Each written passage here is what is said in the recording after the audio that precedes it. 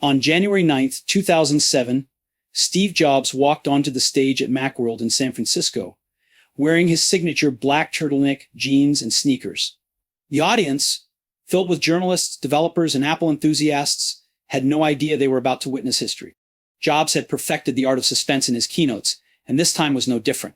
He began with a simple yet powerful statement: "Today, we're introducing 3 revolutionary products." The first, he said, was a widescreen iPod with touch controls. The second, a revolutionary mobile phone. The third, a breakthrough internet communications device. He repeated this sequence, letting the excitement build in the room.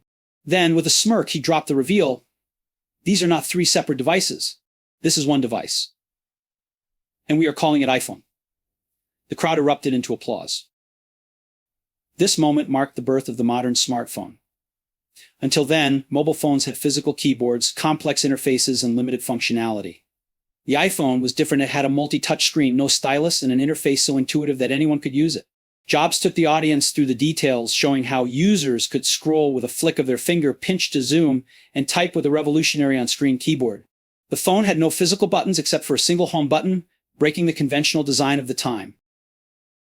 But the iPhone wasn't just a new kind of phone. It was a reinvention of how people interacted with technology.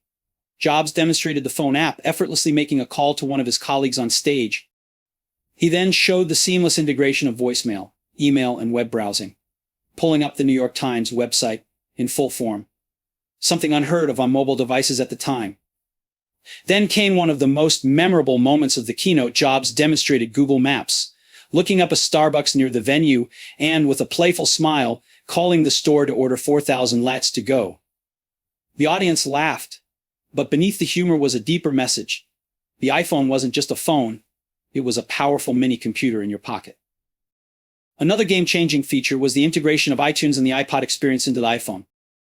Jobs showed how users could listen to their entire music library, browse album covers using CoverFlow, and even purchase songs directly from the iTunes store. This wasn't just a phone or a music player, it was the future of mobile computing. As the keynote progressed, Jobs explained how Apple had spent years developing the iPhone's hardware and software. He highlighted its powerful sensors, including an accelerometer that detected orientation changes, a proximity sensor that turned off the screen when held to the ear, and a light sensor that adjusted brightness automatically. These details might seem small, but they contributed to an experience that felt effortless and magical. Then, Jobs revealed a partnership with Singular, later at T, as the exclusive carrier for the iPhone. The announcement had mixed reactions. Some were thrilled, while others were skeptical of being locked into a single carrier. But none of that overshadowed the sheer excitement around the device itself. By the end of the presentation, it was clear that Apple had done something extraordinary. Jobs ended the keynote with a slide showing 2 simple words: think different. The message was clear. This wasn't just another phone. It was the beginning of a new era. As the audience gave him a standing ovation, they knew they had witnessed something special. What they didn't fully realize yet was that they had just seen the future. On January 27th, 2010, Steve Jobs stepped onto the stage at the Yerba Buena Sage in San Francisco, ready to unveil what he believed would be a revolutionary product. The anticipation in the room was electric.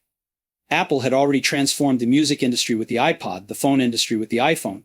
And now the question on everyone's mind was, what's next? Jobs, known for his theatrical build-up, started by addressing a gap in the market. People use laptops for work and smartphones for mobility, but was there room for a third category of device that could offer a better experience for browsing, email, photos, and entertainment? Many had tried and failed with netbooks, which he dismissed as slow, clunky, and ineffective. Apple's answer was a completely new device. With a simple motion, Jobs revealed the iPad. The large, high-resolution screen glowed in his hands as he sat down in a chair on stage, positioning it as something more intimate than a laptop, yet more powerful than a smartphone. He explained that the iPad was built for immersive experiences, whether it was browsing the web, reading books, or watching videos. He held it up and demonstrated how effortlessly it responded to touch, scrolling through web pages with a simple swipe, pinching to zoom, and navigating photos with intuitive gestures. The interface was fluid and seamless, built on the foundation of the iPhone's operating system but expanded for a bigger canvas. Jobs emphasized its stunning display and responsiveness, but the real magic was in how it fit into everyday life. He showed off the email app, opening a message and typing with the full-sized on-screen keyboard. proving that productivity on a touch device was possible. Then he moved to photos, gliding through albums with elegant transitions and showing how users could interact with their memories in a way they never had before. With iTunes and the App Store integrated, the iPad wasn't just a standalone device, it was part of a growing Apple ecosystem. Users could listen to their music, buy new apps, and even watch full-length movies on a screen that felt personal yet cinematic. The iPad wasn't just about consumption, it was also about creation. Jobs introduced iWork for iPad, a redesigned suite of productivity apps including Pages, Keynote, and Numbers, allowing users to create presentations, write documents, and manage spreadsheets with touch-based interactions. It was a statement that the iPad wasn't just a bigger iPhone, it was a new way of working. Then, with a smile, he introduced the iBook Store, signaling Apple's entry into the ebook market. He opened an interactive book, flipping pages effortlessly, showing that reading on a screen could be just as engaging as reading on paper. Jobs then shifted focus to the heart of the iPad, its hardware. It had a 10-hour battery life, was incredibly thin and light, and yet could handle complex tasks with ease. It was clear that Apple had poured its expertise into crafting not just a new product, but a new category of computing. To make it even more compelling, Jobs revealed the pricing. Many had speculated that it would cost around $1,000, but when he flashed the starting price of $499 on the screen, the crowd erupted in cheers. Apple had done what seemed impossible. It had created a premium, high-tech device at a price that undercut the competition. As the presentation wrapped up, Jobs reinforced the vision behind the iPad. It wasn't meant to replace a laptop or a phone, but to create a new experience that blended power with simplicity. He showed a final slide, the iPad, a magical and revolutionary device at an unbelievable price. The message was clear. Apple wasn't just launching a new gadget, it was shaping the future of personal computing. The audience gave a standing ovation, realizing that once again Steve Jobs had unveiled something that would change the world. On October 23, 2001, Steve Jobs walked onto the stage at Apple's town hall in Cupertino to introduce a product that would change the way people listen to music forever. At the time, music consumption was fragmented. People still relied on CDs, which limited them to about a dozen songs per disc, or they used MP3 players that were clunky, slow, and hard to use. Digital music was growing, but there was no elegant way to carry an entire library of songs in a pocket-sized device. Jobs, always a master of framing a problem before revealing a solution, pointed out the flaws in existing players. They had small storage, confusing interfaces, and took forever to transfer songs. Apple's answer was simple: a device that could put 1,000 songs in your pocket. With that, he revealed the iPod. It was a small, sleek device with a stainless steel back and a white face. The design was unlike anything else on the market. But the real magic wasn't just in the way it looked, it was in how it worked. The iPod featured a 5 GB hard drive, which seemed impossibly large for such a compact device. Instead of using fragile and slow-moving parts, like many MP3 players at the time, it had a high-speed FireWire connection, allowing users to transfer an entire CDs in seconds. But perhaps the most revolutionary aspect was the scroll wheel, which made navigating thousands of songs effortless. Jobs demonstrated how users could move through their library with a simple circular motion, making it the most intuitive music player ever created. He explained that the iPod wasn't just a product, it was part of Apple's bigger vision for digital music. With iTunes, users could rip CDs, organize their music, and seamlessly sync it to their iPod with a single click. Unlike other MP3 players that required clunky third-party software, the iPod was designed to work effortlessly with Apple's ecosystem. Jobs highlighted that the combination of ultra-portability, fast syncing, and an easy-to-use interface set the iPod apart from anything else available. Then, he addressed the battery life, another major pain point in portable music players. The iPod could last up to 10 hours on a single charge, making it ideal for a full day of music without needing to recharge.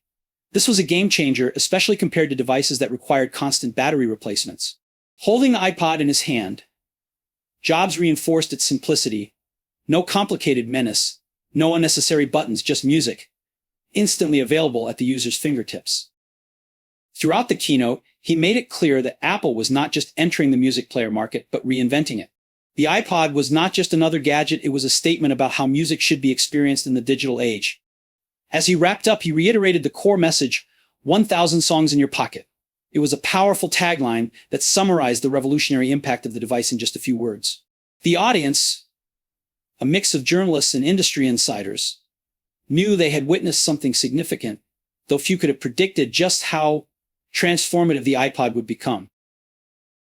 In the years that followed, the iPod would go on to define an era, selling millions of units and ultimately leading to the creation of the iTunes Store, which revolutionized the way music was bought and consumed.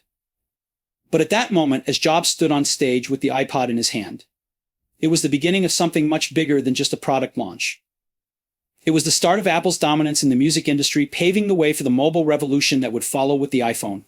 The keynote was not just an introduction, it was the spark that ignited a cultural shift, proving once again that Apple wasn't just a technology company, but a company that understood the emotional connection people had with their music.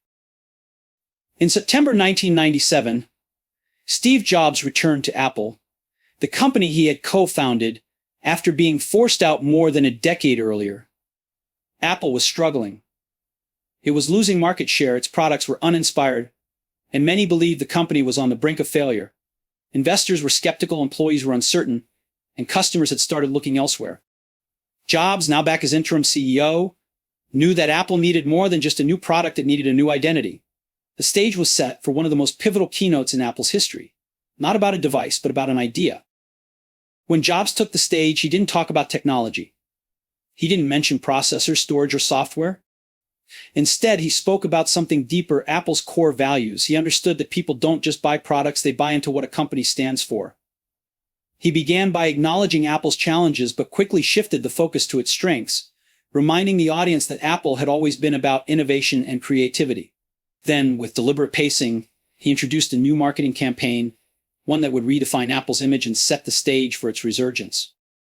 The screen behind him faded to black, and then, in white letters, appeared two simple words, "Think different." It was more than just a slogan, it was a philosophy.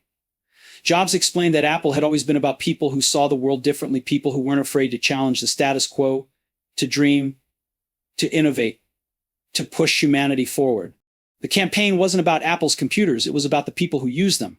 As he spoke, the audience realized that this was not just another ad, it was a statement of purpose. Then he unveiled the now iconic commercial. Black and white images of visionaries filled the screen. Albert Einstein, Martin Luther King Jr., John Lennon, Amelia Earhart, Mahatma Gandhi, and others who had reshaped the world in their own ways. A voiceover, calm and poetic, narrated, "Here's to the crazy ones, the misfits, the rebels, the troublemakers, the round pegs in the square holes." It was a tribute to those who dared to think differently, the very kind of people Apple wanted to empower with its technology. The commercial ended with the Apple logo and the words, "Think different." The room was silent for a moment, then applause erupted. Jobs had done something remarkable. He had reminded everyone why Apple mattered. This was not just another tech company, it was a company that believed in changing the world. He went on to explain that Apple's focus moving forward would be simplicity, clarity, and creativity. The company would cut down its bloated product lineup, eliminate distractions, and concentrate on making truly great products. It was a bold declaration, but it resonated because it came from someone who deeply understood what Apple stood for. Beyond being a marketing campaign, Think Different became the guiding principle for Apple's resurgence. It set the tone for everything that followed: the iMac, the iPod, the iPhone, and the iPad. Jobs understood that technology alone wasn't enough. It had to mean something. Apple wasn't just selling computers, it was giving people tools to express themselves, to create, and to challenge the way things were. In that moment, Jobs didn't just save Apple, he reignited its soul. The Think Different keynote was not about process or market strategy, it was about vision. It was about reminding people why they believed in Apple in the first place. That day, Jobs didn't just sell a product, he sold a dream. And that dream would go on to change the world. On January 15th, 2008, Steve Jobs took the stage at Macworld in San Francisco, ready to unveil something that would redefine the laptop industry. The audience was filled with excitement, anticipating what Apple's next major innovation would be. Jobs, always a master of suspense, started by reflecting on the history of notebooks, pointing out their limitations: too bulky, too heavy, and often designed with compromises. Then, with his signature enthusiasm, he introduced what he called the world's thinnest notebook. He walked to a small table on the stage where a standard office envelope was placed. The audience watched curiously as he picked it up, opened the flap, and slowly pulled out the MacBook Air. The room erupted in applause. It was a jaw-dropping moment that instantly communicated what made this laptop special. At just 0.76 inches at its thickest point, tapering down to 0.16 inches, the MacBook Air was unlike anything the world had seen before. It was impossibly thin, incredibly lightweight, and yet still powerful enough to be a full-fledged Mac. Jobs held the laptop in one hand, effortlessly showcasing its slim profile. He explained that Apple had achieved this by using advanced engineering, making bold decisions to remove unnecessary components while maintaining performance. The MacBook Air featured a 13.3-inch LED backlit display, delivering vibrant colors and energy efficiency. It had a full-size keyboard, something many ultra-thin laptops at the time lacked, and a multi-touch trackpad inspired by the iPhone, allowing users to pinch, swipe, and rotate with simple gestures. One of the biggest innovations was the decision to remove the traditional hard drive and replace it with a solid-state drive, SSD. Jobs emphasized that SSDs were faster, more reliable, and used less power than conventional hard drives. Though more expensive at the time, it was a clear glimpse into the future of computing.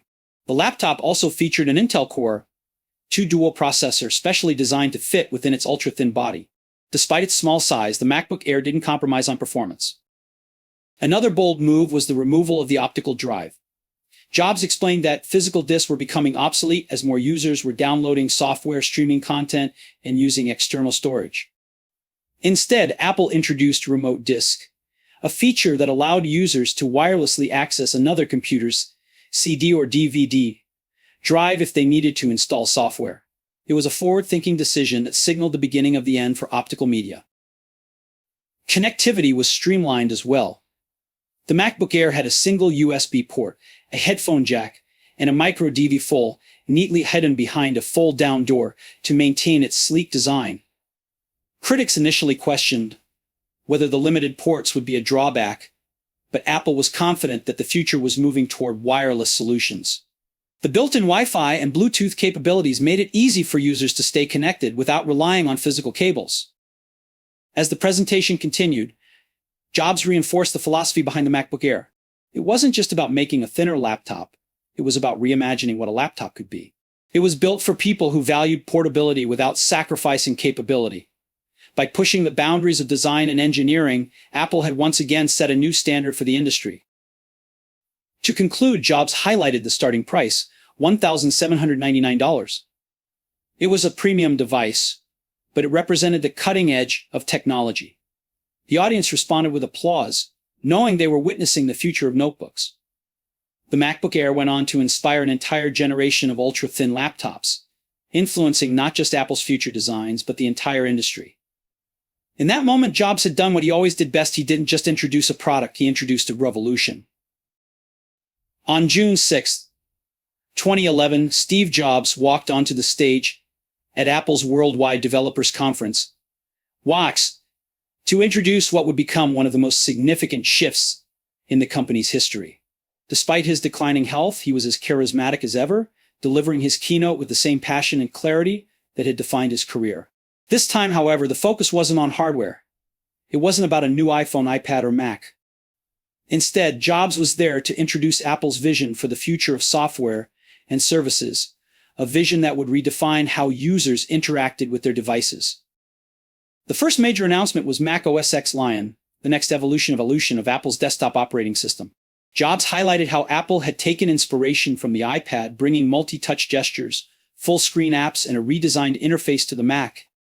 He demonstrated how users could swipe between applications seamlessly, how Mission Control unified expos and spaces into one intuitive view, and how the Mac App Store had already revolutionized software distribution. Jobs emphasized that Apple was moving toward a future where software would be easier to access, updates would be streamlined, and everything would just work. He then announced that, for the first time, Mac OS X would be available exclusively through digital download, eliminating the need for physical disks. It was a clear indication that Apple was fully embracing the post-PC era. Next, he introduced iOS 5, a major update for the iPhone, iPad, and iPod Touch. Jobs walked through its groundbreaking features, starting with the new notification center. Instead of intrusive pop-ups interrupting users, notifications would now appear in a sleek, organized pull-down menu, He showcased iMessage, Apple's own messaging platform that allowed users to send texts, photos, and videos between Apple devices for free, seamlessly integrated with the Messages app. Reminders brought intelligent task management, Newsstand created a centralized place for digital publications, and deep Twitter integration made sharing effortless. One of the most significant announcements was that iOS 5 would cut the cord, no more needing to connect an iPhone or iPad to a computer for setup or updates. Everything could now be done over the air, a move that signaled Apple's vision for a wireless, cloud-driven future. Then, Jobs introduced the most important announcement of the keynote, iCloud. He started by addressing the problem digital content had become fragmented. People had their music on one device, photos on another, and documents spread across multiple platforms. Syncing was tedious, requiring cables, manual backups, and complicated processes. Apple's solution was iCloud, a seamless, automatic system that kept everything in sync across all devices. With iCloud, photos taken on an iPhone would instantly appear on a Mac or iPad. Emails, contacts, and calendars would update in real time across all devices. Documents created in Pages, Numbers, or Keynote would be accessible anywhere. Music purchased on iTunes could be downloaded anytime, without needing to worry about file transfers. Jobs emphasized that iCloud wasn't just storage, it was integrated into Apple's ecosystem in a way that made everything feel effortless. He demonstrated how a user could start writing an email on an iPhone, continue it on an iPad, and send it from a Mac without missing a beat. Everything worked automatically, in the background, with no need for users to manage anything. It was a fundamental shift in how Apple approached software, moving away from manual syncing and toward a truly connected experience. He ended the segment by making it clear, iCloud was the future of Apple. It was free, deeply embedded in iOS and macOS, and would change the way people use their devices forever. As the keynote concluded, the message was clear. Apple wasn't just a hardware company, it was building an ecosystem where software, devices, and cloud services work together seamlessly. Jobs had once again redefined the industry, setting the stage for the next decade of innovation.